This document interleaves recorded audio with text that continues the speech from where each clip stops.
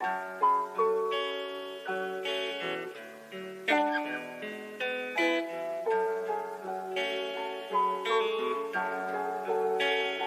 tryna turn Trenton into Baby Flint. Been signs by depression on the billboards ever since. 100 years ago we was lynched. Now they use germ warfare to kill us. I'm convinced, got the evidence. I look around and it's evident. Then go down to City Hall and see so much negligence. Real art is intelligent. A true artist sends messages that speak to your intelligence. They fought and died so I can do my thing. Not to get drunk and high or join no game. I will not let none of you die in vain. For my people I bang, bang, bang. My ancestors been through so much pain.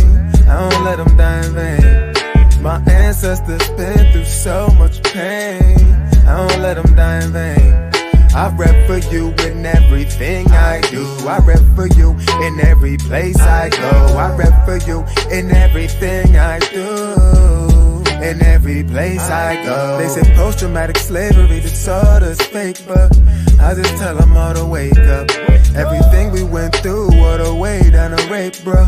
Isn't all genetic makeup. So I am my ancestors from block to block. Let's build like it's Tetris. We must unite, link up like a necklace. They fought and died and we disrespected. So I come to correct it. The legacy they left I protected. We only think about self and neglected. You're African but yet you rejected. No. My ancestors been through so much pain. I don't let them die in vain. My ancestors been through so much pain. I don't let them die in vain. I rep for you in everything I do. I rep for you in every place I go. I rep for you in everything I do. In every place I go. I do.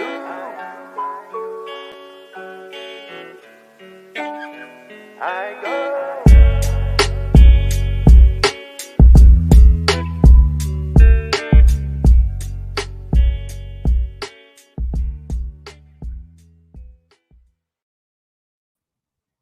Assalamu alaikum. Welcome back to another edition of New Freedom Exchange, your cultural expression for social dignity and community empowerment. I'm your co-host, Brother Deen. Assalamu alaikum, Sister Marsha here. Assalamu alaikum. It's your boy Imam Bilal back in the booth, man. Back here at New Freedom Exchange, live and direct. How's everyone doing? Sister Marsha, we'll start with you. How are you doing? Doing well. I'm doing well. Pretty good day. Nice weather out. Today's kind of a jam-packed schedule, but alhamdulillah, I'm running from work to Arabic class to the show. Oh, let's talk about that. Let's talk about that. Look at that Arabiya, man. That was intense, man.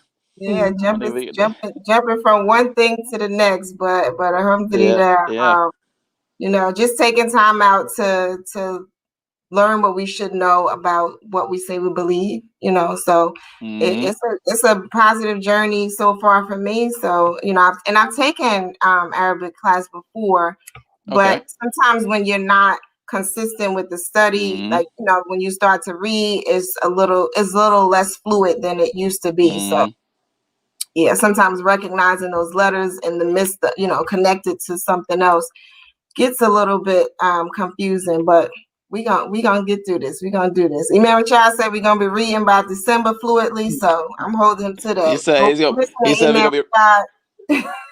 he said we're gonna be reading Surah Al-Baqarah soon, man. Yeah, that's what he's saying. So he said easy, be easy. How about you, Dean? What's going on with you, man? So you got the Human Development Center going on, popping back in the background, man.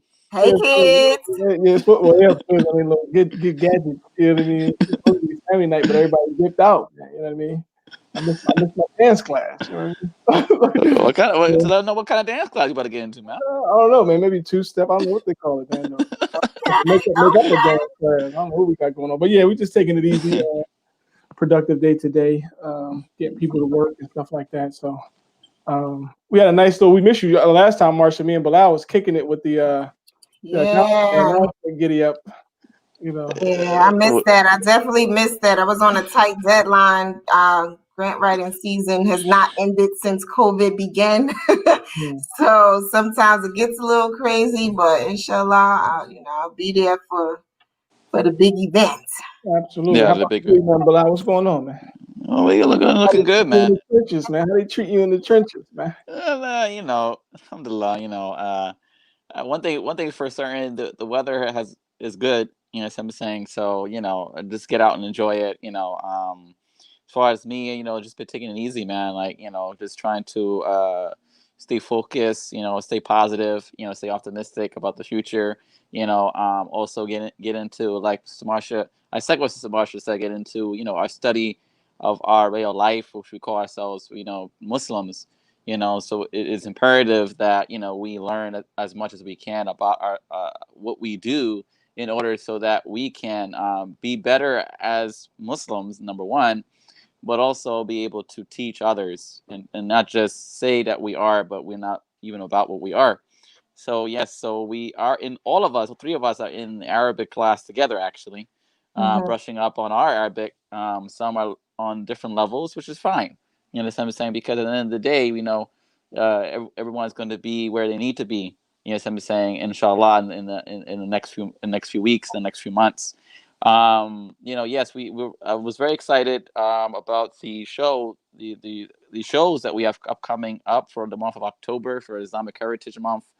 Is also the month of October is known as Islamic Heritage Month in several places across the country, a few cities in the United States. But we want to make it as though it's international. So Worldwide. we're doing worldwide. So Yes. stay tuned for that. We will be talking about that announcement that we made. We do have the information with us, and we will make that announcement somewhere in the middle of the show or so. But without further ado, I don't want to prolong myself. I am doing well, alhamdulillah, but we do have a guest, a very special guest with us this evening, who we would like to introduce to you all as our beloved brother, Khaleef Long, from the city of brotherly love, and they call it the city of brotherly love and sisterly affection. You better add that in, man. You better add Okay. I never heard that part. I never heard that. Yeah, you better add that sisterly affection piece in there, man. we need balance, sister Marsha. I think you understand the importance of Absolutely. balance. I get it. I just never heard it before. So alhamdulillah. No, what I heard of affection. Yes, we need a sisterly affection because our brothers, we kind of out of line. You know what I'm saying? We're going to talk about that in the show as well. Bilal. Don't start. We are out of line. I mean, let's just be real. So, Brother Khaleef Long, he says, I grew up with my grandparents, Brother Chris and Sister Safi, who were very instrumental in the opening of the historic Nasrullah in the year 1970. My grandparents were also owners of a dry cleaners in West Philadelphia, which they started the business in 1960. Thinking back when I was a youth, my father would always explain to my brother and I how important it was to go to college to get an education. I would reply and say, I want to get a good job when I graduate college. He would reply, you don't get an education to get a job. You get an education to create jobs. Let's repeat that, man. Come on, come on. Run it back. Let's repeat that. We gotta repeat that, man. Wake up the day. Wake up the day. Wake up the dead, man. You don't get an education to get a job. You get an education to create jobs. At that time, I didn't understand that statement in totality. But as I grew older, I began to grasp the true concept of that meaning. Creating a job is not always about money or just employing someone, but rather creating responsibility. That's what I said about the brothers being out of line. Since there's no responsibility, there's no accountability. But we'll continue with the brothers' intro. I attended Cheyney University in 2005 and took time off. HBCUs. Yeah, shout out to HBCUs. Which one is that? Because not going into that. We're not getting into that. Not doing that today. Not doing that today. Please. This is HBCU. This is National HBCU Week, by the way. So it's all love for all HBCUs. So let's keep it funky, man. I attended Cheyney. Come on, man. I attended Cheyney University in 2005 and took time off due to having end-stage renal failure. I went back 2 years later and completed my bachelor's degree in recreation/leisure management while in dialysis. the brother has some resilience with him, man. This is a strong brother right here. I was blessed to have a kidney transplant in 2016, and I then later began attending a Lincoln University for a master's in human services. I have two sons named Yusuf, 4, and Jabril, 3, who are my inspirations for me now being a candidate in the Educational Leadership Master's Program at Immaculata University. I am working as a special education teacher at the Durex Mapleton School, where I teach in a self-contained classroom with all female students. I plan to finish my degree and move forward in the educational realm wherever I can be a benefit to our youth. And without further ado, let's bring on the beloved Khaleef Long. Alaikum. Walaikum assalam. How you doing? Alhamdulillah. Good. Yes. You know what? I'm going to start with this, right? The part that stood out to me, and it's kind of where we kind of paused when we was reading your bio. The part that stood out to me was what your father shared with you. Like, let me tell you something. I was reading your bio earlier today while I was at work, and when I got there, I just got stuck, and I just got stuck, and I had to read it a couple of times, and I was like, man, like, so many people need to hear that. So many people need to hear that you don't get an education to get a job. You get it to create jobs, and not just for money, but for building responsibility. Like, that stuck with me. Like, it's with me forever. Like, you know, when I sit with my daughters later on today, they are absolutely going to hear that, because I felt like that was so profound. So shout out to your dad for sharing that information. For sure. Yes, I mean that goes back way back in the days. My father, who worked in the family business, the dry cleaning business with my grandfather and my grandmother. The concept, of course, started way back with the Honorable Elijah Muhammad. Do for self. So when my grandfather started the business, you know, he cleaned himself up, as he would say. He cleaned himself up. Years later, he started a business, and he employed many brothers in the community who were coming out of prison, many brothers that was on the streets. And he did that not to say, hey, come make some money, but more so, let me give you something to do. Right. You know, when you give someone something to do, or we would say, you know, channel their energy or sometimes their ambition for them, because they may have that energy and that talent, but they may not know where to place it. So giving them something to do will help store that responsibility for them. That as time moves on, then they can say, okay, now I know what I want to do. There's a brother who was very instrumental at Cuba Institute.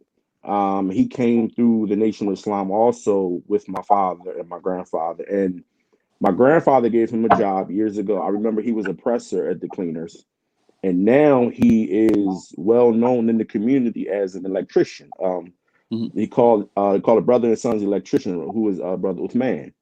And I can name him because I know him starting from the cleaners business with my grandfather, just having a job.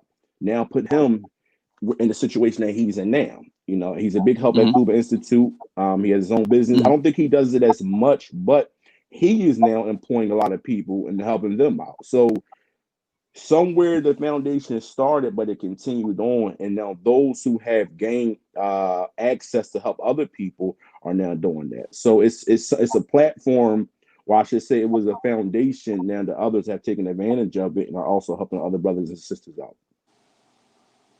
Yes.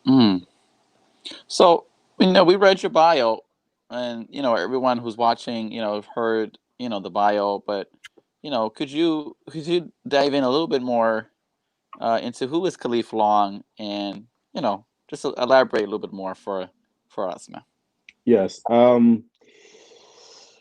As you read in the bio, I grew up with my grandparents in the dry cleaning business, and you know, when young children on the weekends, summertime, don't have school, they run around, they run the streets, they play with their friends.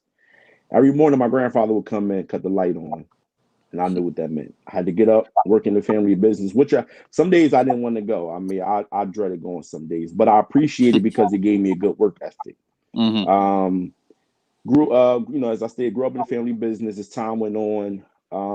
Graduated Abraham Lincoln High School in Northeast Philadelphia. Then I attended Cheyney University along with my twin brother, Khaleef Long, and had kidney failure at that time in 2009. I thought it was the end of the world, man. It was something I never experienced. I thought I was invisible at the time. But I'll tell you this, going through that experience, it humbled me a lot because I started studying more. I started realizing that life is important and life is serious. So I got into I always grew up in an Islamic family, but I started studying more on my own, not just listening to an imam and repeating what the imam said or what someone says about Islam, but I started studying on my own. And as time went on, I had a kidney transplant. I had two sons, Yusuf and Jabril, and I continued to study, and I realized how important education was. So I started diving into the educational realm because I realized that is what's most important for our youth.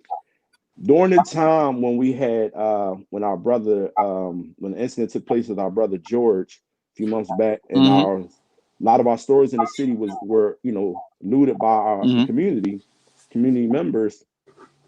I said to a politician, I won't name his name, I said to him, I said, the problem is we would say that what they did is wrong and that they don't understand that they are ruining some of the businesses in our community. But I told the brother, they don't have no connection to the business. Why? Because they don't have no education on how important these things are.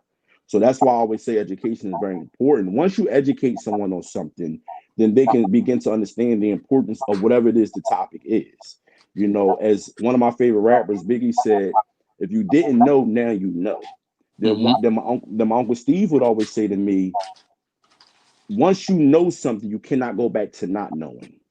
So the problem is the lack of education, and that's why I myself, am a big advocate on educating our students. And now Frederick Douglass once said he would rather take a child, and I'm paraphrasing. He said, I would rather take a child or the youth and teach them than try to reteach the elder.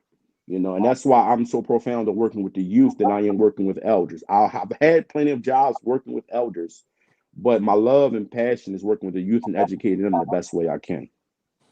Nice. So talk to us about the responsibility as educated people, right? Because you just mentioned that, education is paramount in this life. So for those of us who do seek education, formally, informally, what is our responsibility having that knowledge? Well, as I explained to some of my students today, the biggest responsibility I believe on our part is to teach them real life. I'm assigned to teach pre-algebra and algebra to my students. But at times I teach them consumers mathematics because I can teach you multiplication all day long. But if you don't know how to count money, how to, how to, handle your funds at the grocery store, at the bank, those things that we do in our everyday life, or even how to count the clock when you're clocking in and clocking out. It means nothing to teach the basics of the mathematics, but now we have to apply it. Our prophet, Muhammad, peace and blessings be upon him, said, knowledge is good, but applied knowledge is better. So I think as educators, not just teaching them, but teaching them how to apply the knowledge in everyday situations. Where I teach it, I have a lot of students who've been through trauma and other situations, so it's a residential facility. And they're going to go home to maybe not their families, not their mother, not their father, but to an independent living, to a shelter. And I always tell them it's a shame, but it's unfortunate. But at times, some of you guys don't have to grow up faster than the other children that you see out here in this world. So it is our duty as teachers to teach you about real life and how to apply the knowledge that we are teaching you. I can teach you how to write a letter, but then I also need to teach you how to write a resume, how to fill out an application, because these are the things that some of our students are going to need when they go out into the world by themselves. Excellent. I'm trying not to get too excited over here because I know the brother. I know the brother personally. Yes, sir. And we grew up. And when I was with my father, we was doing our business. We would go by his grandfather's business, and also his grandmother and their family in general. He's very humble. I'm going to say it for the brother, but his family is very crucial in establishing Al-Islam in Philadelphia. As you see now, all the Muslims, and this is some of the conversation that go on of those who know about the history of Philadelphia. Philadelphia gets a bad rap now, the killing Muslims and all the wives and all the drama that's portrayed from the outside looking in of Philadelphia. In his humble beginnings, there was pioneers as his grandfather, his grandmother, and those pioneers of our community that made it even possible to even change your name, even possible to even wear a khimar, even possible to have businesses in good quality neighborhoods, quality businesses. So I just wanted to drop that real quick. And then in connection with, as you said about the importance of education, but applied education, what is lacking now in those who have economic prosperity and political clout? What is stopping them in your travels? What is stopping them from coming back and sharing that knowledge so it can be applied from where we are? I think that it boils down to agenda. One of my classes that I take in a lot of my professors said, take away the word curriculum and substitute it for the word agenda. So now it's about what is the agenda? We can have a personal agenda, we can have a group agenda, then we can have a community agenda. Whatever organization you're with, or whether it be the masjid, whether it be a church, whether it be a school organization, what is the agenda? So I think that we have to focus on what is the agenda. Now, if we come together and say, okay, we want to build a school, or we want to restart the Claire Muhammad School, or help support the Cuba School, the agenda is what? And I think that's the problem. I had to be honest. I was also a school teacher at Cuba Institute a few years back, and we have Claire Muhammad right across the street. You ask yourself, why are we not together? We have two imams at Cuba who are hafiz of the Quran. Then we have this large building. What's the problem? So the question is, what is the agenda? If everyone, and don't get me wrong, you have different schools of thought in Islam, which is okay. That's fine. But that's not helping our community. I say this to my father and my grandmother all the time. I can sit and debate with a brother or sister all day long about who's right, who's wrong, whose perception sounds better, whose understanding of the Quranic verse is better, but that does not help our youth. Because if it did, with all the masjids that we have, all the churches we have, and all the religious institutions in general, why are we still killing each other? Why is our youth lacking education? So I think it boils down, what is the agenda? If we can sit down with those who are in leadership position, ask them, what is the agenda? What is the goal? What are we trying to accomplish? And if you ask many, I guarantee you many will use a religious answer, but religion is good. Alhamdulillah, don't get me wrong. I'm not taking nothing away from that. But what I'm saying is, under the umbrella of religion, we have education, we have government, and so forth. So what is the agenda of this section? Not just, I'll say this. I told my grandmother one day, sometimes I go to certain masjids and you'll hear them say, Jesus is not God. We got to pray 5 times a day. With all due respect, we know that. What don't we know? What don't we know that we can use that's going to move us forward in our community? The idea is to build community life, but with no education and no establishment of our educational institutions, we can't build community life without education. So just to reiterate, I think the goal, the overall thing is, what is the agenda? New Freedom Agenda. Okay. I didn't hear what you said, Dean. New Freedom Agenda coming. Yeah. It's part of. Well, let's get funky. It's part of the new independent vision. It's part of having an independent vision because you mentioned Brother Khaleef, you mentioned Cuba Institute, you mentioned Claire Muhammad, you mentioned these institutions who were a lot of them were established on independency. So I'm saying we know the history of the giant, the Honorable Claire Muhammad. We know what she stood for. We know what she was about. And to have facilities that disrespect that legacy, we can't keep moving with those same people who continuously with the people who have that mindset to continuously perpetuate a failed system. What do I mean by that? Basically in my travels, because I graduated from Claire Muhammad here in New York in Queens. Yes. I went through the system. I seen where the good the quality is, where the good is, and I also see where we have to make improvements. Yes. We have to make improvements, and if we're not going to make improvements in those establishments that are not being ran right with the leadership, then we have to go ahead and start our own and use the model of what Claire Muhammad school system or whatever system is. You understand what I'm saying? And use it right and use it strategically correct. So Yes. my one of my concerns is that we live in these big urban communities, New York City, Philadelphia, DC, Baltimore, etc., with a large portion of African Americans. And I like to speak to the African American males, our brothers. And this striking concern of mine, the striking concern I think of everybody, is the education and the prison industrial complex, those being tied together. Brother Khaleef, in your experience, can you talk more about your experience and your opinion as to why is education so important to the Black man?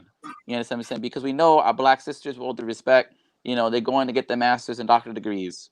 They're establishing businesses. They're entrepreneurs, etc. And our brothers, it seems like our brothers, we are falling victim to the systems. And we have to change that narrative. So could you speak a little bit towards that? As my grandfather would say, then our brothers, we need to follow the sisters. But I think that say it again. I think that we have to be honest.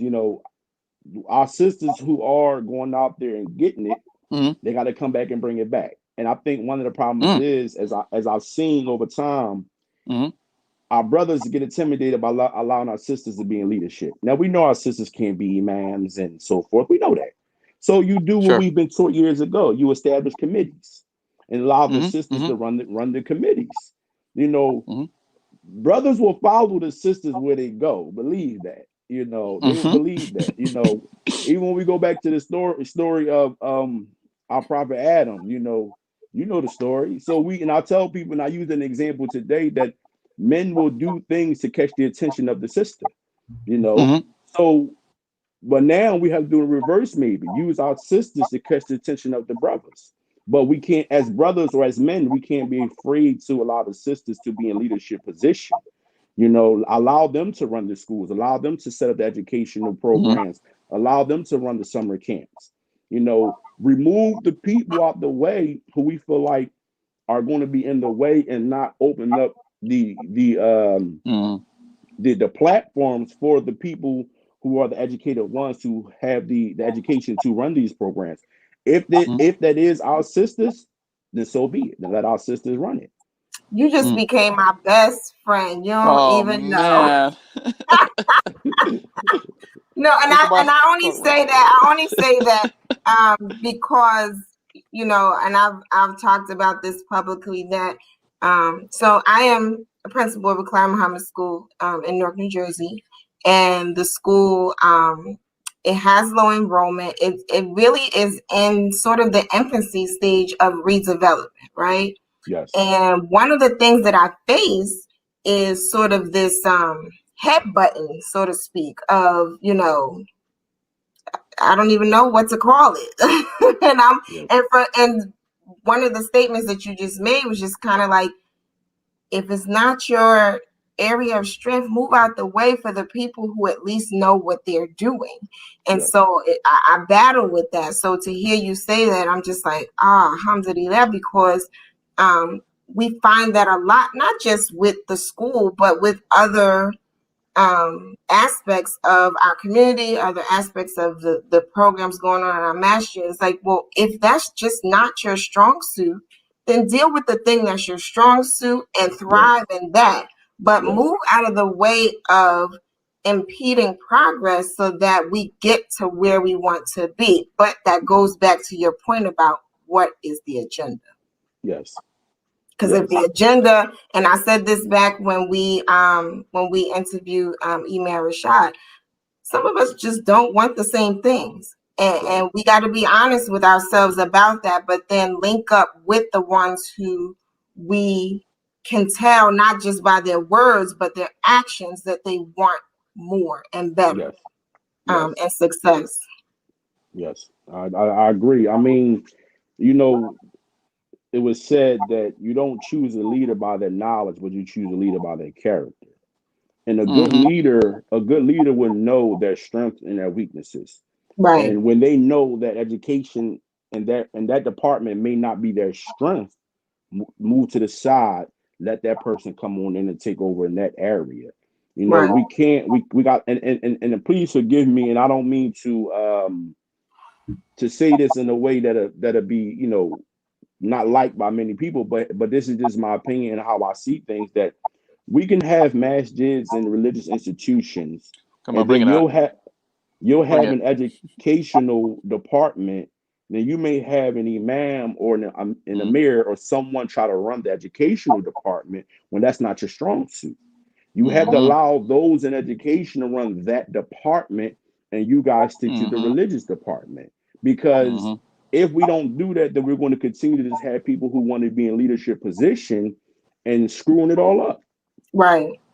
And for the people who, and I just, I want our listeners to hear this, for the people who do have the passion for whatever it is. Again, this is not just relegated to the education piece, but for the people who do have the passion for, we'll stick with the school right now, for the education component of our community. If you keep fighting those people and if you keep putting roadblocks in the way, you exhaust the very talent and the very blessing that you have in the community. Yes. I never remember a few years back, and I'm pretty sure you can remember this, Brother Dean, when we were having difficulties at the Claire Muhammad School in Philadelphia. And I was actually on the board of directors at the time with Imam Mubashir and Brother Rafiq Kalamuddin. They had issues with some of the people. We all have them. But I feel like, there were people who would make statements and comments and wanted to make changes, but again, that was not their strong suit. If you have a person in position who can bring this thing back to life, allow them to do that. Let them do what they have to do during the time that they're given. Then once their time is up, if the community doesn't like it, then we vote a new people in. But bickering and fighting over who wants to just be in charge gets us nowhere. I mean, because anyone can have the keys to a building and unlock the door for the time of Jummah or the prayer time. Anyone can do that, or go in there and clean the building and so forth. But if we're not trying to establish something, then that's the problem. And again, as you said, sister, going back to agenda, what is the agenda? Just to have a religious institution is not good enough nowadays. You need more, especially for us to be able to compete in this world today. Right. I told someone, with all the bickering and arguing that goes on in the Islamic community amongst the different schools of thought and so forth, look at how many janazas and funerals we're having with Muslim names on it. Look at how many Islamic institutions we have but are not thriving. But yet we're sending our children to the public school system, to the charter school system. And this is not downplaying those other school systems, no. But if we have what is best, then why don't we have what is best in all areas? Right. Absolutely. Oh my gosh, I'm excited. I mean, you're hitting it right on. You're hitting the nail. On the head. I mean, ideally, even Imam Muhammad said that we shouldn't just be, like you said, establishing religious centers. So we should be establishing community centers of engagement. Having schools, having businesses, having cultural attractions, movie theaters, skating rinks, etc. All these things that are functioning of a community life, of having healthy community life. What I'm saying? And that starts with the family too. Family life is important. What I'm saying? And the role of education in the family life is so crucial. With the mother being the first teacher, and then the father there being supportive of the children and helping to raise and rear the children. You know what I'm saying? And having that teamwork, having that balance as a functioning family. But we know that during this time we we are experiencing a lot of dysfunctionality, you know, some say in family life, you know, and there's a lot of reasons to that. I mean, we could have a whole show about that, but you know, we all know the reasons as to why it's dysfunctional. Yes. However, Al-Islam, if we're looking at Al-Islam not just as a religion, but as a way of life, and as we talk to our audience here, when we're referring to that, is that this is a full picture, not just, we just don't pray. This is just, Al-Islam encourages family life, encourages the building blocks, you know what I'm saying, of social life. And if we don't have that, we can have the spiritual life we want, but we will be off course. We'll be off balance, you know. And what we're seeing is a lot of bickering, a lot of fighting, as you said, Brother Khaleef, a lot of just this a lot of talk, but it's not enough just to talk, but we have to do. So there's a statistic data, this data that, you know, says here, I just pulled up. It says, why do only 26% of Black men graduate from college? 26% of Black men graduate from college. And just imagine the percentage of Black men going to college is lower than that. So why do only 26% of Black men graduate from college? From my observation, because we think religion is good enough. You know, we think we go to the masjid, we pray, we may wear, you know, thobes, kufis, so forth, and we think we got it. We on it. We on the deen. I'm on the hawk. I got it. I pray 5 times a day. Alhamdulillah. And we learn the Arabic language, and we study Quran, and people study Hadith, and they think that's it. That is a part of it. But the other part is teaching mathematics, teaching English. You know what? I told someone this. If you go to school and you learn figurative language, and I guarantee you understand the Quran and Hadith way better than what you do now. So we leave out parts. We leave out parts that would even build our Islam up. You know, Elijah Muhammad once said, Islam is mathematics and mathematics is Islam. But then you got people who can't, with all due respect, can't even do 5 times 5. So we're missing out on something. And then I think also we're dismissing what came before us. You know, Allah tells us in the Quran, appreciate what came before you. But we're dismissing that. We don't look back at our history of people who were educating us and seeing what they told us to do. You know, we're trying to reinvent the wheel in today's time instead of following what the previous people have did for us, and to realize, why were they so successful in business? Why were they successful in establishing schools? What did we do wrong over the last maybe 10, 20 years? What went wrong? And I just feel like a light switch was hit off somewhere down the line, that we're missing something. And from my observation, we're not giving respects to the people before us and following some of the blueprints that they set up for us. We don't have to do everything that they did in totality, but take some of the keys that they gave us to establish this thing and continue it on. You know, without that, then we'll be lost. And that's where we are now. A bunch of children running around, not listening to our parents, and we're lost. And I say that, when I say children running around, I'm saying that as the community, because we have dismissed our elders. Right. And then in addition to that, right? So when we accept Al-Islam, everything that we strive for beyond that point is supposed to be for the best. And to your point, it's not just for religion. It's for education, it's for business, it's for government, it's for all components of your life. And so if we're relegating it to just one component of ourselves, then we're not taking full advantage of the benefit of living the deen, right? That's everybody right. Like you said, everybody on the hawk and this and that and the third. But if you being on the hawk just relates to you knowing the Quran and being able to make all your salats on time, like what happens when you have children and it's time for them to go to school? You send them out. You send them out to the people who are not a part of what you deem as being the most appropriate, right? You send them to another community to be educated. Right. That really doesn't make sense. And for a lot of us, where we feel pushed in the corner to have to do that because we don't have the options in our community. Yes, ma'am. I agree. So to that, I just wanted to say, I wanted to sort of segue. I wanted to have a HBCU conversation real quick. Let's do it. Let's do it. I'm out of here. No, come on, Dan. You can stay. You can stay. No, but I just wanted to know from your perspective, or I just wanted to know sort of your experience attending an HBCU, what kind of impact it had for you. I know it had a huge impact for me. I'm a graduate of Howard University.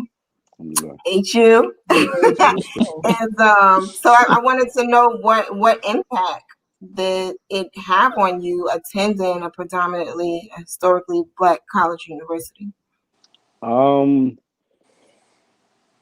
tell people this. I learned more from Cheyney University than I learned at any other school. And I mean, before I attended Cheyney University, it was the professors there helped me to grow up. They helped me to become mature. They talked to me like they were my mother and my father, or brother and sister. They didn't hold no punches. You know, I had a professor named Dr. Z, and she's very instrumental in the community now. I think she lives maybe Atlanta or somewhere, but she's doing her thing. She once said, she cursed me out one day in the class. I mean, she lit me up. I know you can do better, and I'm not going to say the words that she said. But the ability to be able to have that relationship with your students and hold no punches is the best thing you can do. Why? Because the person know when you're being genuine, or you're being fake, or you're just saying it because you're in a position to say it as the professor. But when you feel that genuineness coming from your professors and they're talking to you as they are blood family members of yours, then it makes a difference in your life. Cheyney University was one of the greatest, or had one of the greatest impacts in my life. You know, it was a beautiful place. All of these students that I was there with became family, and I'm still family with them now to this day. And that was the same for me when I went to Lincoln University to receive my master's degree. So you know, I mean, we know, Bilal. So it's the same love. You know, even when I was at Cheyney University and we would go to Lincoln University for the iftars during the month of Ramadan, a few brothers I met up there, and I'm still close with brother Jamil being one of them. You know, that's my man. You know, and we established a relationship, and it continues on. And I don't think that relationship between myself and Jamil and other Muslims have stayed just because of Muslims, but because we have the same experience attending these universities, and we could talk about similar experiences and, you know, things that we went through, and even the parties and other things that we might have experienced, and speaking on them the similar. You know, you get close to the people who you have a similar experience with. I don't care if you're across the country. If you went to an HBCU across the country and you went to one at Cheyney or Lincoln, and you connect with that person, you're going to be connected with that person for the rest of your life, majority of the time, once you connect with these people. Why? Because the experiences are similar, the professors are similar, and then you have professors who want to teach at these places because they want to help their people and help carry on the tradition of trying to build up the community. Now, and so imagine that same experience that you just described to us. Imagine that we did that with our Claire Muhammad schools, right? Oh man, because and because as you're describing it, like I see the whole picture, like you know, because when we start talking education, like I get excited, but I see the whole picture because you talked about being able to be taught by someone basically who you know loves you, who you know identifies with you, who you know has your best interest in mind and at heart, and that is not afraid to say you're not doing your best. This is not your best, and because I know you know this is not your best, I'm gonna push you and keep pushing you. You know, I think about, and I don't know how it is in Pennsylvania, but for in New Jersey, we have, I guess No Child Left Behind is a federal thing. I think it's national. But that whole No Child Left Behind concept is kind of like, well, we're not going to let the children linger because they're not catching concepts. We're going to move them forward no matter what. And it's like, well, okay, but what are we really pushing them to their very best in doing that? Yes. So the fact that you talked about that experience, both at Cheyney and Lincoln, I'm just like, what if we duplicate that in Clara Muhammad School? Imagine what can happen for our young children. Yes, I believe it can happen. You know, and we know everything starts with leadership. You know, and if we can get leadership together from around, you know, our nation who are establishing Clara Muhammad schools or any Islamic institution, I would say the first thing to do, remove religion out the conversation. It's not about religion. It's not about that. Okay, all of us in the room, we're Muslim. We pray 5 times a day. We believe in this. We believe in that. Alhamdulillah, we get that. Remove that out the conversation. Let's focus on just education. What can we do to build these schools up? But once you start bringing in those other conversations, then that's when people's personal opinions or thoughts from their school of thought enters the conversation. And that's what I think dismantles the whole agenda. So I think that, as what you just stated, coming together, but removing everything out the way and just focusing on education, and we go from there. Then I also believe that when we do things at times, you know, we may come together. One of the first things we'll do? We'll sit down, we'll have a meal, we'll eat together. I think that we can use the learnings from our religion and bring it into educational systems, such as teachers should be able to sit down and have meals with their students before class sometimes, or certain days off the week. Take a different approach. Yes, ma'am. So, you know, take a different approach, and then the students then may be more in tune to what's going on. I know my classroom, I buy my students pizza and food. I told them, you know, I may try to bring them some lamb in one day this week. We can all sit down and eat together, because that establishes relationship. You know, you have to establish a relationship with your students. You know, if you don't establish a relationship with your student, then they don't want to hear what you have to say. They're not listening to their mother and father. What makes you think they're going to listen to us? So we have to do something different. And I know, Brother Imam, as you stated earlier, when you said the family aspect of it has to also be put in place in the educational system. Because as you said, sister, we are their family and we do care. So what do family members that care do? We have to do what they do. Right. I want to talk a little bit about, I know your experiences in special education. Talk to us a little bit more about special education, what our children are experiencing. I read in your bio that you're in a contained classroom. So I want you to talk a little bit too about having a contained classroom versus inclusion and the benefits and, you know, the downfalls of each. You know, for those who don't know, even if our listeners don't know, self-contained classroom is when you're teaching all of the subjects in a classroom. Your students are not really transitioning to other classrooms. So they're with me majority of the day. The only class that they transition to is to technology class, gym class, and art class.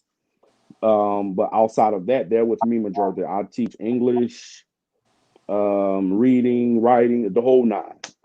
So inside of a classroom like that, you know, it's important to establish relationships, because you have students who, now when I first started in special ed, let me start from here. When I first started in special education, I thought that I would have students who are, you know, physically disabled. I didn't know what to expect. But as time went on and I started reading their IEPs and other information about the student, I started realizing that majority of my students and majority of them who are African American and come from the urban areas, they are diagnosed, which is called with what is called emotional disturbance. So the question you have to ask yourself is, how do they get diagnosed with this? Right. And it goes back to, again, as you said earlier, brother man, home life. If the father's not there, mother may have to work. Now the child is taking care of the brothers and sisters, the child may not have no food, or the child is going through all types of issues that we see every day in our community. He comes to school. School is actually a vacation from home. Right. Students, teacher says, hey, do your work. Hey, here's your assignment. Hey, why is your homework not completed? Student says, not right now. Right. This is time. my relaxing space. That's exactly. Or they may come to school just to get a meal, just to eat, 2 or 3 times a day. So once the student does that, then they have a teacher who has no relationship with them. What does the teacher say? I think we need to assess this child for special education services. So why is majority of our students diagnosed with emotional disturbance? Because that's what they're labeling them to get them in these programs. Then they send them out to programs that I'm in other areas to get these services in the special education program. It's not that they need special education services. What they need is a foundation.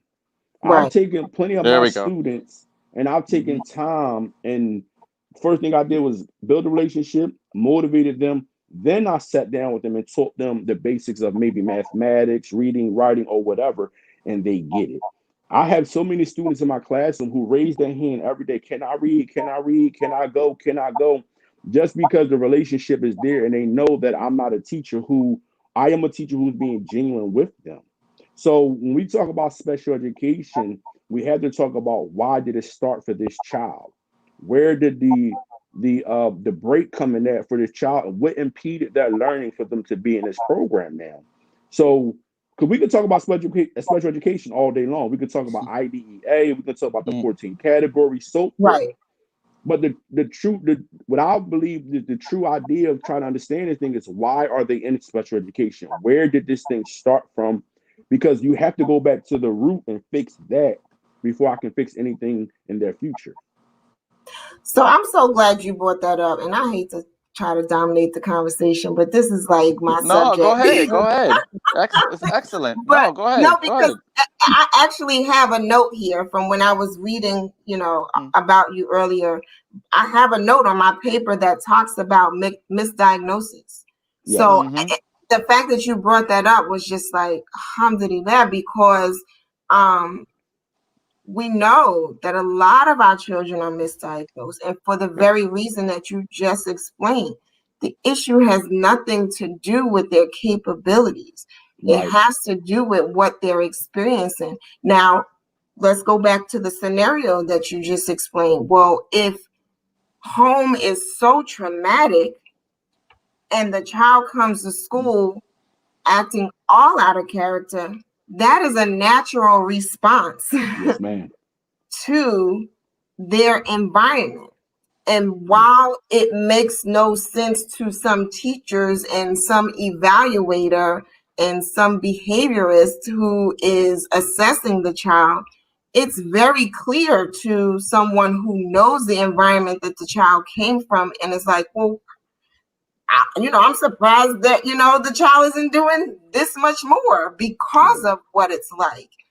And so, my prayer is that more of our children are, well, let me say this before I talk about my prayer. Let me say this. The other thing is that parents have to know that you have a choice of whether your child gets evaluated or not. It is absolutely a choice of course. And so that goes back to being educated too. Just being knowledgeable of what your rights are and what the options are for you, because you have that choice to say, you know what, let's not go there first. Let's kind of assess why things are happening the way they're happening. Now, I'm not saying that's the case for every child. There are some learning delays and differences for some children where, like you talked about the IEP, right? They need something, they need some tools in place to say, okay, she needs 30 minutes. Well, she needs additional time on tests because it takes her a little bit more time to process. Or, she needs to not be in a room with 40 children, which she shouldn't be in anyway. Yes, But right. she needs to Yes. not be in that kind of environment because it's hard for her to concentrate in that. But to me, that's not special education. That is, I'm accommodating the child for where the child is at. And sometimes what we do is with that label of special education comes stigma. Yes. And it almost puts a child in a position of, the other children are here and I'm somewhere here. And the fact that we do that is a discredit, not just to the children, but to us. How small-minded are we to be able to look at our children in this manner rather than making the accommodations for someone?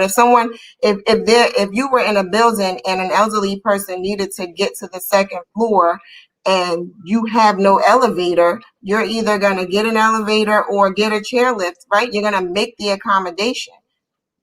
That has nothing to do with them being less than. You make the accommodation so that they're able to have the same playing field. And so sometimes when we stigmatize that, it bothers me. It bothers me, which is why I'm talking so much about it. No, I understand. But to add on to what you're saying, and this goes back to what the man said earlier when he said about the family life. So now if you have a broken home, single mother, and it's a touchy topic, but it's the truth, you know. And, in Islam, we've been told to do nothing but speak the truth. And, even if it's against our own self. Right. And this is not to speak against our people, but the reality is, if I have a student or a child who is not doing well in the subject, administration says, hey, let's assess them for special ed. First thing, and sisters, please forgive me if any of y'all are listening, but let's be honest, broken home, she may need help financially. Right. So what's one of the first things we do? We'll get our child research. There you go. There you go. So it's all connected, going back to what the man said earlier about family life, our brothers getting on point, and then allowing our sisters to be the nurturers. Mm-hmm. If we break that cycle, that traditional, or not traditional, but if we break what has been given to us to follow that will, we're reinventing the will, but it's doing nothing but making our kids suffer. Our children suffer. I shouldn't say kids. My grandmother would jump on me for saying kids, but it's making our children suffer. So it all goes back to further back than just saying the child needs to be assessed for special education. It's all connected somewhere. Right. It's all connected. So that goes back to what we talked about earlier. Brothers got to get on point. And if you have sisters who are on point, let them lead in the area that they're able to lead. And then, inshallah, we can have a great established household instead of the man just trying to dominate because his perception is way off. This is what I tell people. If we're true followers of Muhammad, sallallahu alaihi wasallam, then we should follow his way when Khadijah was the leader of the business. He worked for Khadijah, if I'm not mistaken. Mm-hmm. Then you hear a lot of brothers say, oh, we can get more than one wife, et cetera, et cetera. But Prophet Muhammad did not have more than one wife until after the death of Khadijah, the woman that he truly loved and had a passion for, on a certain level.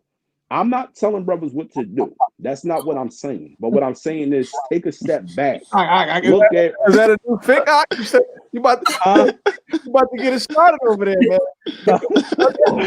No, but I mean, this is reality because now, without following the pattern that has been set up for us, look where we at today. Because if we follow these patterns that have been set up for us, then we wouldn't even have a conversation on special education for our children. We wouldn't need to talk about what we need to do to establish, declare Muhammad schools or any Islamic institution or any institution to help our community for that matter. We wouldn't need to have these conversations, but they're here for a reason. We had to look at the facts on why are we having these conversations. Right. Yeah. And as you were talking, like, I just kind of had this thought, like, we say special education, but really it should just be education. Cut that special. It's just education because, I'm thinking about, my children, like if one of my daughters just needed a little something different, then shouldn't be special. I make the accommodation. Right. And it ain't special. It's education for her. Yes, ma'am. Exactly. I agree. Yeah, I agree. it's not separate from anything. You have people who are auditory learners, some people are visual learners, some people are kinesthetic learners. That's not special. That's just how you reach them. Yes. So rather than making something wrong with the child, why don't we put the responsibility on us as the adult or as the educator and say, you know, now I have to come up with what connects with the child, but it doesn't make the child any different. That's who that child is. Yes. It's a challenge to me to be able to reach that child where I need to reach them. And if I can reach, and if I can find that what works for them, then my skill set is that much more advanced or keen or special, you know, as the educator, because alhamdulillah, I was able to find where I needed to meet that child in order for that child to succeed or thrive. And, and it has nothing to do with the child. I mean, we played a clip of a brother on our last show, and he was talking about how people sort of judge the generation, the newer generation versus the older generation. And he talked about the fact that you don't blame the seed for what it's become, because the seed had no, like, you as the person responsible were supposed to water it and feed it, whatever it is. So the fact that we're saying that something's wrong with the seed is like, it makes no sense whatsoever, because that person cannot be held accountable for being in their infancy of development. That's your role as educator. That's your role as mom. That's your role as dad. Is to find out what makes your child tick. Yes. Yeah, and so a lot of times what we're doing is we're giving up that responsibility.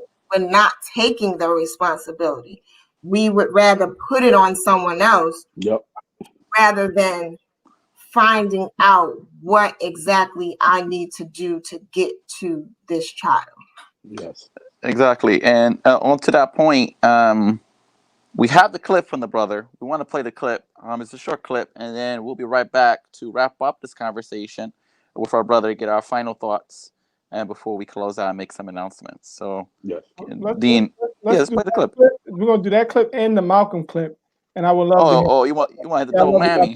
Yes, the double whammy. We'd love to hear our brother's enlightened perception, inshallah. Yes, I was talking to an OG, and he was telling me about how his generation is far greater than our generation. And it was a civil conversation that we was having, but he was telling me that his generation that he grew up in had way better morals, and they carried themselves different. And all of this may be true, but he looked at it as if his generation was innately more intelligent, smarter, more focused, and all these different things than the current generation, in that it was just God had just gave this generation bad luck and made us all ignorant or something.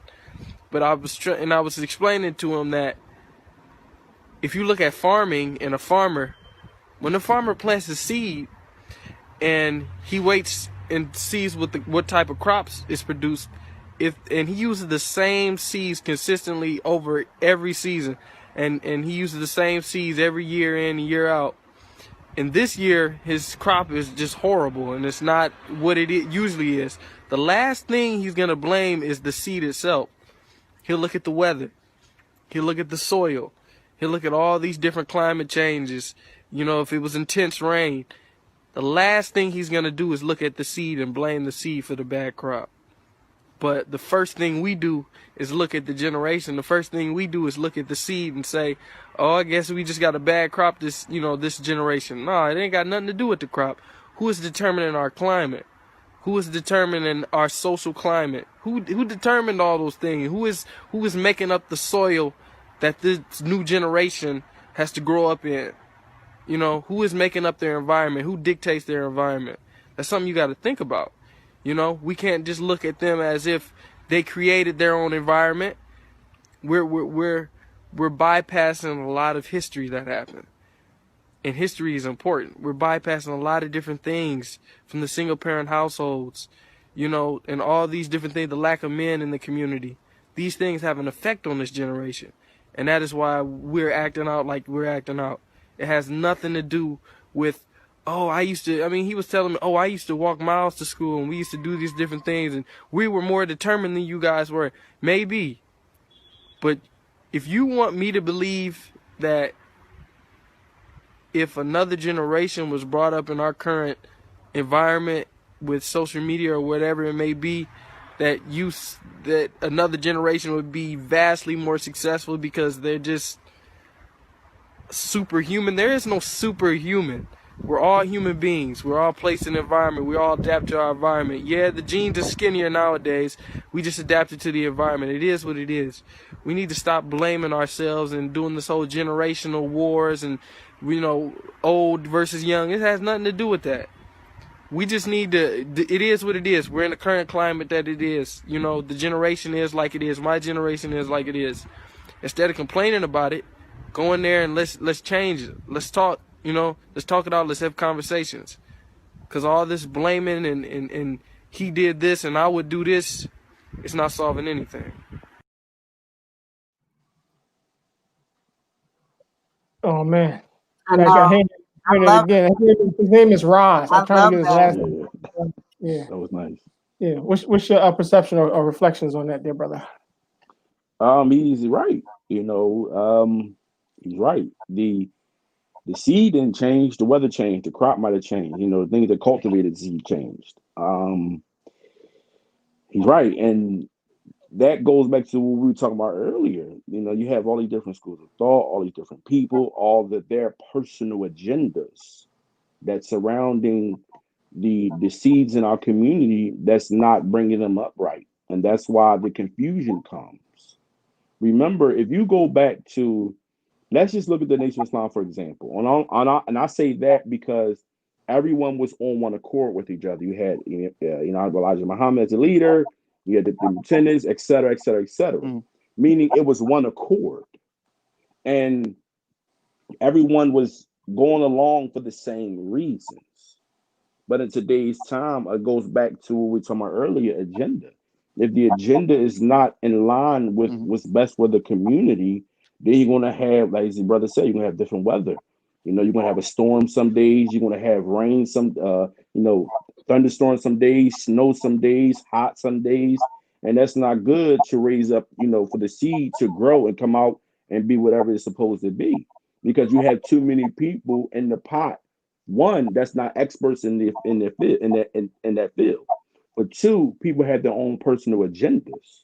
And for three, you have people who just want to be in charge. So now you got all these different climates involved.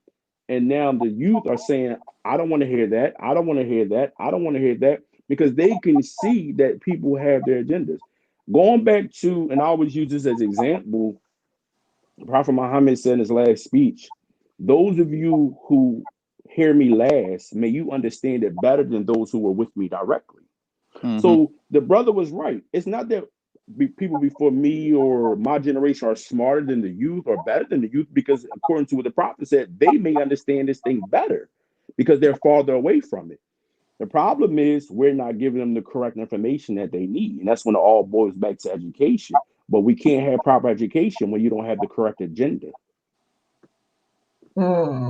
And here's the next, this tie right into that. Here's our dear brother Malcolm. Negroes in this country are confronted by is with a re-education program, not a re-education program for whites, but a re-education program for black people themselves to eliminate the negative image that has been through propaganda instilled within us of ourselves since we've been in this country. It'll take an entirely new approach to restore some kind of racial pride and racial dignity in the minds of the black people. And once we have this pride and this dignity, we can get the cohesiveness and the unity and harmony necessary to solve our own problems here in the black community instead of waiting for representatives of the white community to come uptown and solve these problems for us.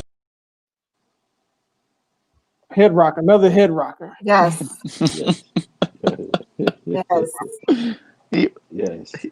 Heat rockers, man. I mean, I think you know at the end, you know, at the end of be all, you know, we are in a good position, you know, and despite the fact, you know, what we just talked about may sound, some of it may sound gloomy and or whatever the case may be, but it's the reality of what we do face, and we do understand that we have all the skills. I keep saying, you know, we have all the skills, all the skilled people in our communities to make these changes, to make these developments, you know, in all facets, in education, family life, and social life, culture, the governance, economics, etc.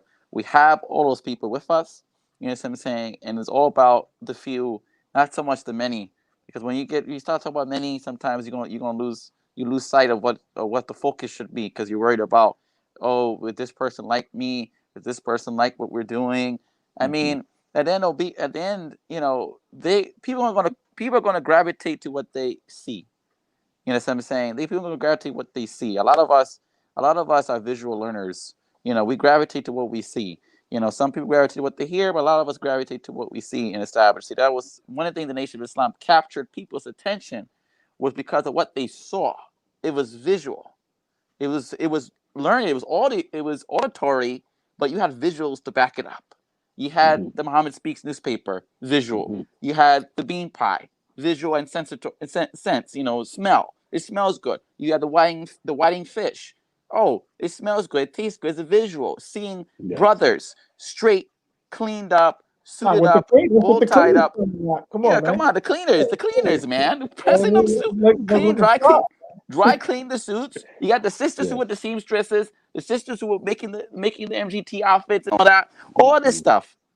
So everything was visual. You know what I'm saying? We have to go back to, like you said earlier, some of those things that were visually. You know what I'm saying? You know, and capture the essence of it and take it into 2020. What does that look for us in 2020? How does that fit into the circumstance that we're faced right now? It's basically almost the same. You know, it's basically almost the same. You know, we're dealing with our people who are in the slums who need upliftment. They need upliftment. They're downtrodden. You know what I'm saying? Farah Muhammad told Elijah Muhammad, go fish me. He said, go fish me people, man. Go fish me your people, man. You know, his story is a parable connected back to the Bible of when Jesus, when they said, you know, go fish, become fishermen of men. You know, go fish me followers. You know, so fish me your people, man. Give me your downtrodden. You know what I'm saying? Because no one else is going to listen to them. All they do is throw us a bone here and there and tell us, hey, be satisfied, you know, with what we give you. You know what I'm saying? No, we don't have to be satisfied with what other people give us. When we can provide the necessities, it goes back to what the Sunnah says. The Sunnah says, and the Hadith says that Allah says that He loves those people, loves the people who take care of nature, to take care of their people and provide them with the necessities. What are the necessities? Food, clothing, shelter, transportation, education, like we're discussing today, etc. We can build upon that. You don't have to stop at food, clothing, shelter, transportation. We need all those things too, but we can build upon those things. So, you know, I think we're in a good disposition. You know, we have people like yourself and other guests that we've interviewed who are educators and who come from different fields as well. You know, it's about getting with each other, getting together with each other, and building out the plan. What does the new independent vision look like? You know, and this platform right here, this platform is for that. It's for the building for that. So it's not just we're just visually. Yes, we're on the screen right now. But let us. This is a family. Whatever guest comes on this show is considered to be part of this family. You know what I'm saying? Part of building the community, building community life through development, through empowerment, through development. You know what I'm saying? Because we got empowerment, but we need development now. You know what I'm saying? We need development. We had the Malcolms, we had the Imam Muhammads, we had the Elijah Muhammads, we had the Garveys, we had the Booker T's, the Du Boises. We can go on and on. We had all the great men and great women. But now is the time to develop. You know, what I'm saying? It's time to look back and see what they developed and see how we can apply it to 2020, man. Yes, sir. But that's my closing thoughts. Yeah. So for me, I guess my closing thoughts would be, this one is for our listeners, but it's also for us too, right? Because anything that I say, I'm saying to myself first. That's right. And I don't ever want that to be mistaken, because I don't have it all figured out or perfect myself.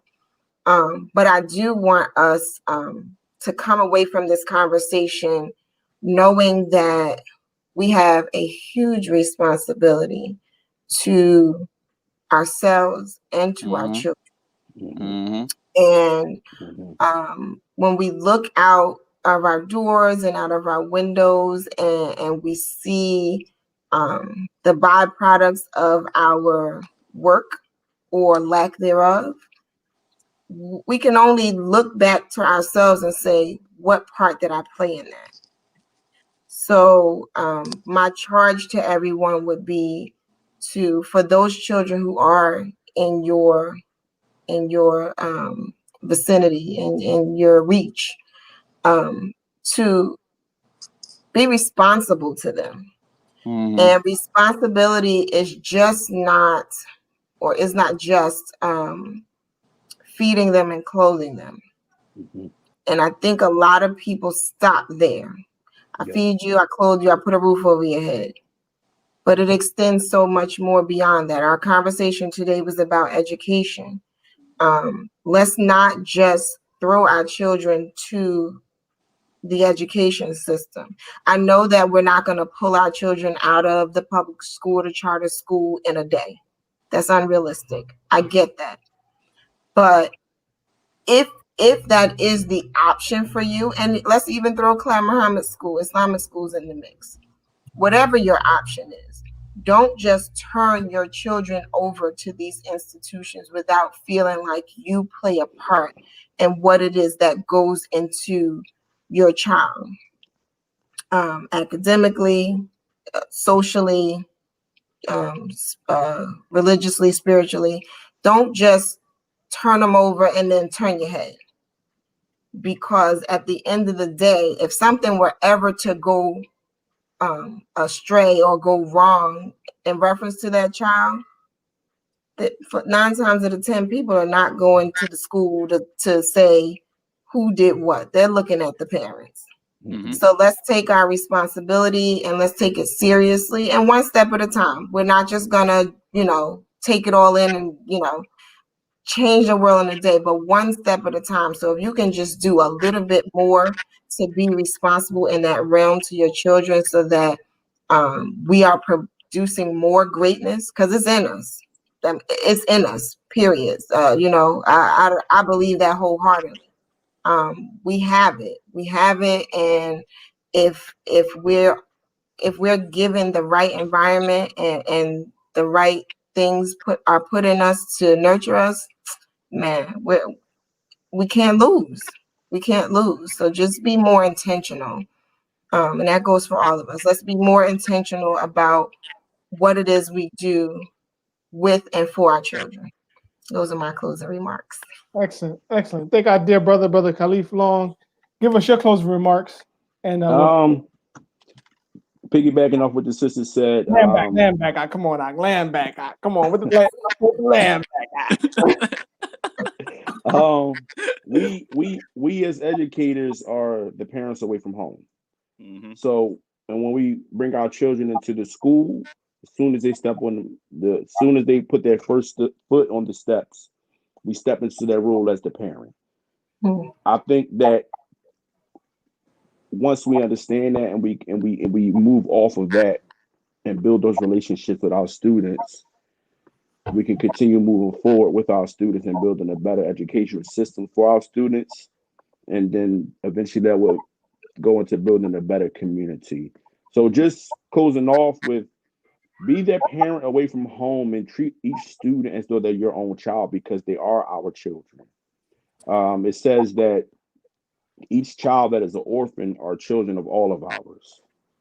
So we have to treat them once they leave the home that they're there in our environment, and we are now their parent, not just educators, but we're their parent who are educators.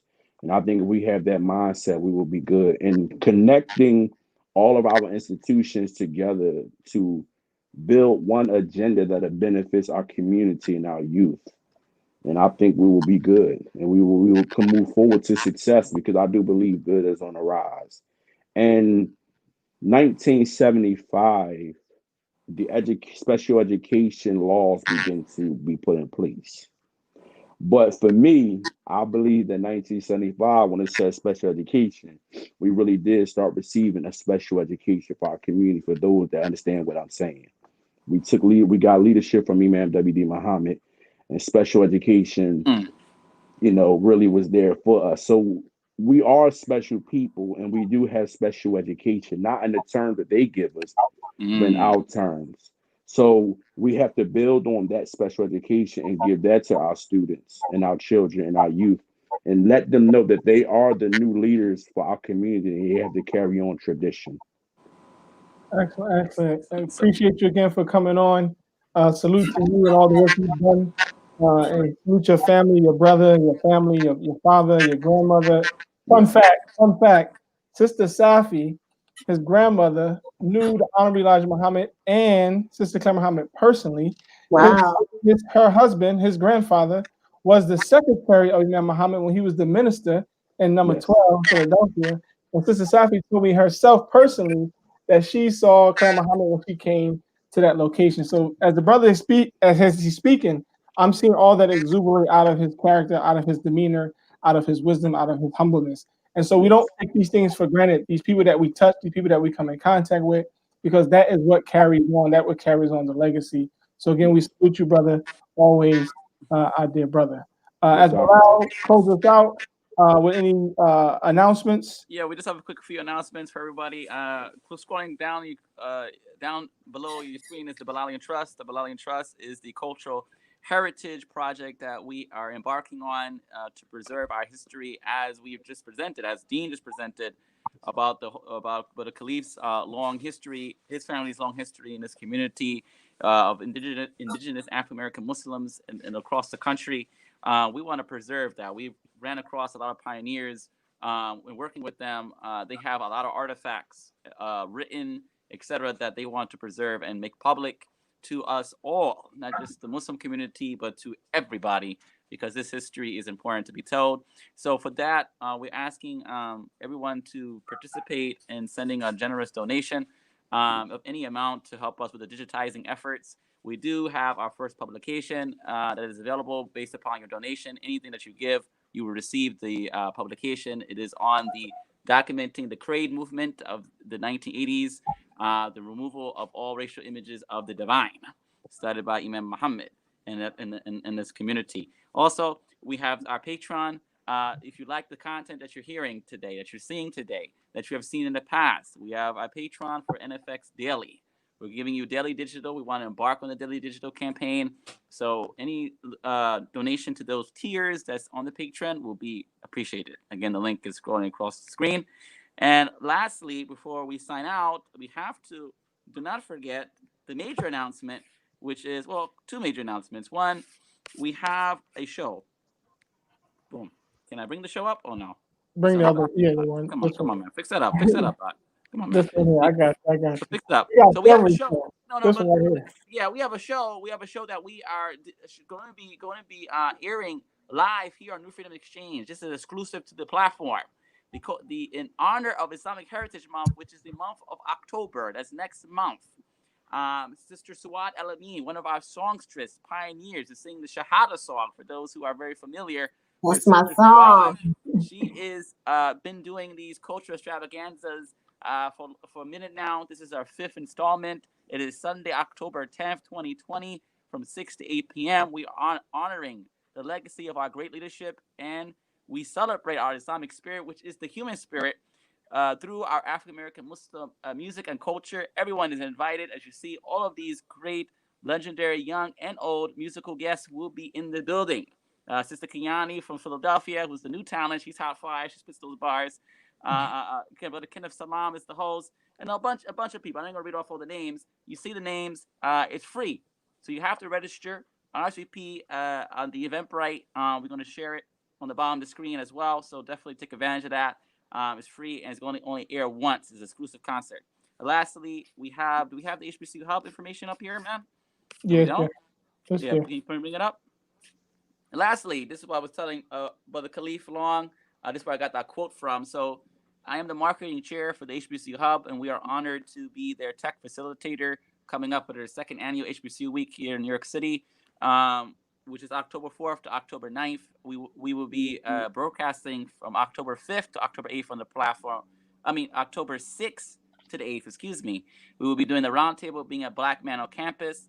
Another panel will be, should I go to college in-state or out-of-state? That's important because of COVID right now and all these other things going around. And lastly, which is another very important topic, roundtable. We have a roundtable discussion with STEM professionals, HBCU alumni who are in STEM. And then lastly, presentation on paying for college 101. So that all will be here on this platform on New Freedom Exchange with those sessions. But you have to register for that too at the link below. One more announcement. You can't forget the brothers, man. You gotta get the brothers right. Get the brothers Jamaat right, man. Come on, man. Khaleef, remember I told you the brothers are out of pocket. We out of line. So this falls right into it. The New Africa Intelligentsia Group proudly presents New Africa Talks. We are a tech facilitator for this as well.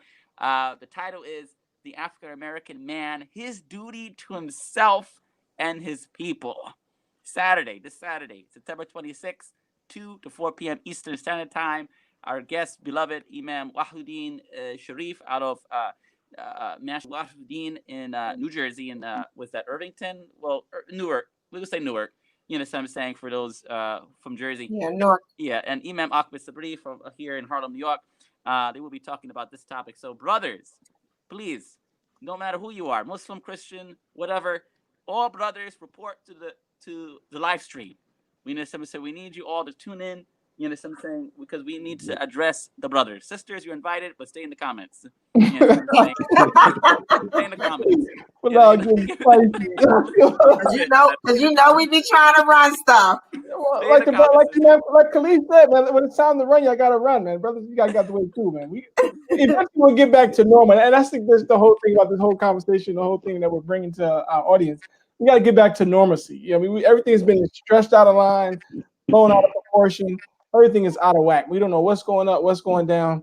So we just got to bring ourselves back to normalcy, back to our original human nature, our original human excellence, and we'll be fine, inshallah. We did have one more announcement.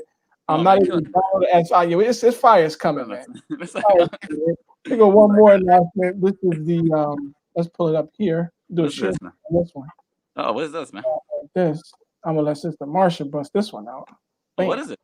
Check it out. Here we go. What is it? So we just talked about establishing Islamic schools and having this network, and so there is a Zoom presentation that will occur on Saturday? Is September 26th? Saturday as well. Okay. Right. So it's from 1 to 3 p.m. That's Pacific Standard Time. So for us on the East Coast, that's 3 to 5. It'll be hosted by Sharif Nasir, who is a professor and film producer. And the topic of discussion is establishing Islamic charter schools. And the question is why the community of Imam W.D. Muhammad should establish them throughout America now. So this goes right along and in line with the conversation that we've been having today. So for those of you who are interested, the Zoom link is there. I'm sure it'll be circulated via Facebook. I'll make sure that I put it on my Facebook page as well, so then we can get it on the New Freedom page as well, so that everyone has access to it for Saturday. So those of you who have an interest in establishing our education footprint across this country, please attend. Excellent. Shout out beloved Jihad Ahmed. Oh, Jihad, the boss is on. Man. Check them out. Shout out. Assalamu alaikum, brother Jihad. Thank you for tuning in. Appreciate you. Philly's in the building. We got Philly in the building. Yeah, Philly in the building. But Kajabi all on the West Coast. Yeah, Kajabi is one artist. Yeah, so on the West Coast. Yeah, that's right. So we looking good. Looking Brother good, man. Bari, thank you. Sister Khadijah, thank you. All you who tuned in and tuned out, just tune up and keep it rolling. You know what I mean? And we about to be out. I got a special play today. This is we got exclusive. It's somewhat of exclusive. It's a poem. My brother did a reenactment of a poem that was written by Kel Nelson. It's performed by Cameron Lee about war on black boys. So we're going to play that on our way out. Until next time, this is your favorite station, I'm sure. New Freedom Campaign, Destination X. That's why it's X, Destination Here. We thank you all for tuning in. We especially grateful for our dear brother, Khaleef Long, coming on. Absolutely. And giving us the business straight from how it is. And we hope to have him back soon. And even if you have an interest in developing something with the youth, we're trying to work on our next. Let's do it. Is having youth development on the show, stuff like that. So we definitely want to incorporate that. So until next time, we thank you all again for tuning in. Assalamu alaikum. Peace. Assalamu alaikum, everybody. Assalamu alaikum.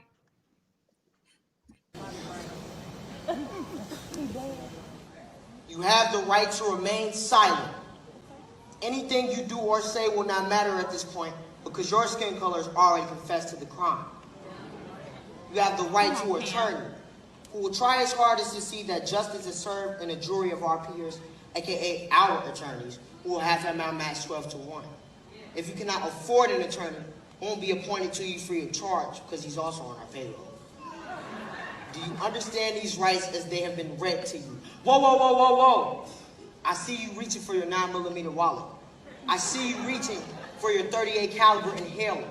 Don't move. Stop breathing. You're puffing up your chest. I feel threatened. Is that a weapon? Lay down. No. Face down. No. Face ground. Pow. Oops. I did it again. I'm a pop star. No. I'm a pop star. No. I'm a cop star. By the time I get back to the precinct, I'll be a rock star. Platform. I have more black names on trophies than BET award winners. Platform. They are going to honor me at the NYPD award dinner. Platform. They are going to throw me a parade. Platform. Because when I platform, they go to the grave. Black boys' tears fall on deaf white ears. Black mothers' tears keep graveyard grass green. Black men's bones are the gavel to which finalize false convictions. Wake up, black boys. It's time to declare war. I wonder how Trayvon Martin's mother feels that her son has a household name, but not a household body. I wonder if Freddie Gray's family can still say grace over their food, even though their prayers cannot stop the thief that robbed him of his last breath. I wonder if Tamir Rice died playing cops and robbers because he saw the former more innocent than the latter.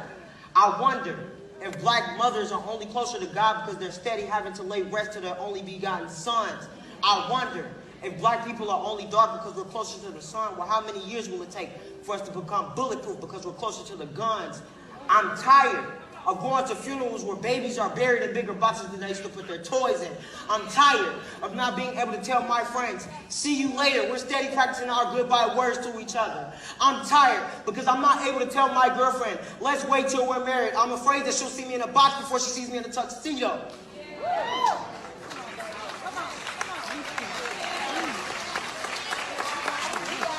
I wonder if America, when she wakes up and sees that black people ain't sleeping no more because the American dream is the African-American nightmare.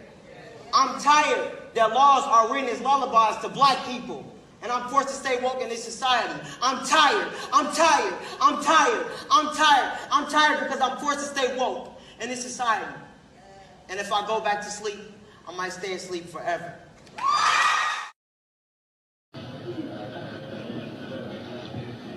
Now, in concluding this,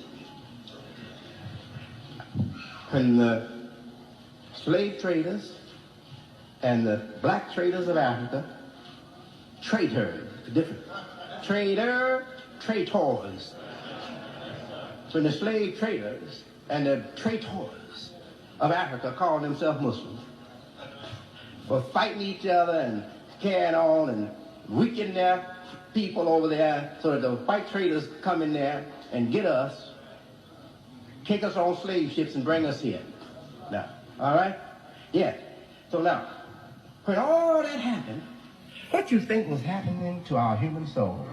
Let me tell you, God has given me an eye to see into the very abstract form of the human being by my study of the Quran.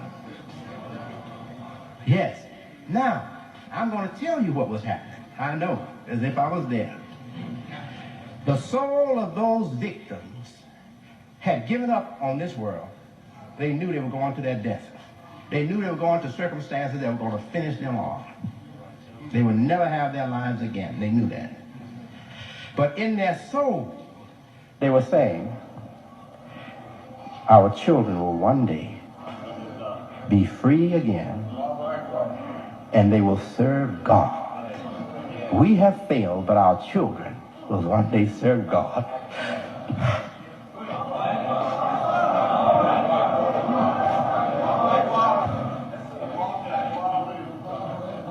And now their prayer that they prayed in the deep recesses of their soul has come true. And not only are the descendants of the black people of Africa from Islam coming to Islam, taking up the divine cause, but those who never were Muslims, their children from Christianity, their children from Judaism, their children from paganism are embracing Islam in America. And we are going to build New Africa. New Africa, right here in the United States. Allahu Akbar. And the soul of those suffering victims, they're rejoicing because of us here today.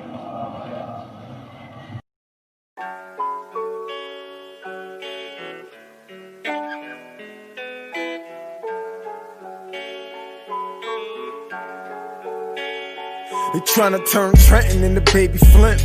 Been signs by depression on the billboards ever since. 100 years ago we was lynched. Now they use germ warfare to kill us. I'm convinced, got the evidence. I look around and it's evident. Then go down to City Hall and see so much negligence.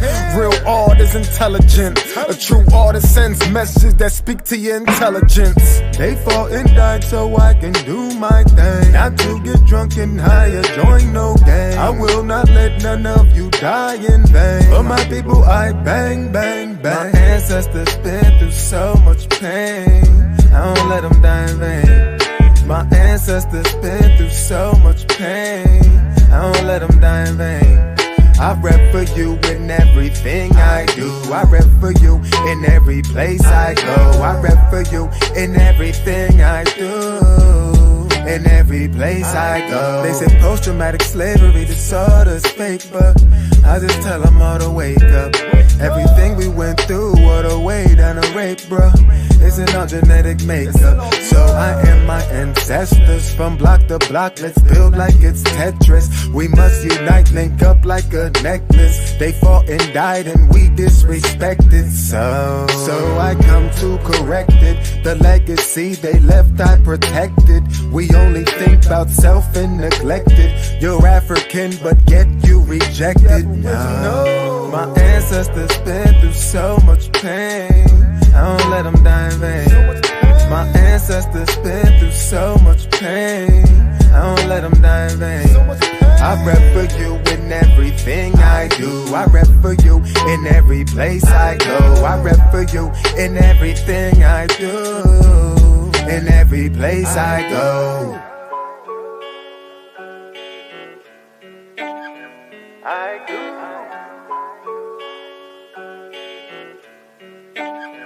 I go.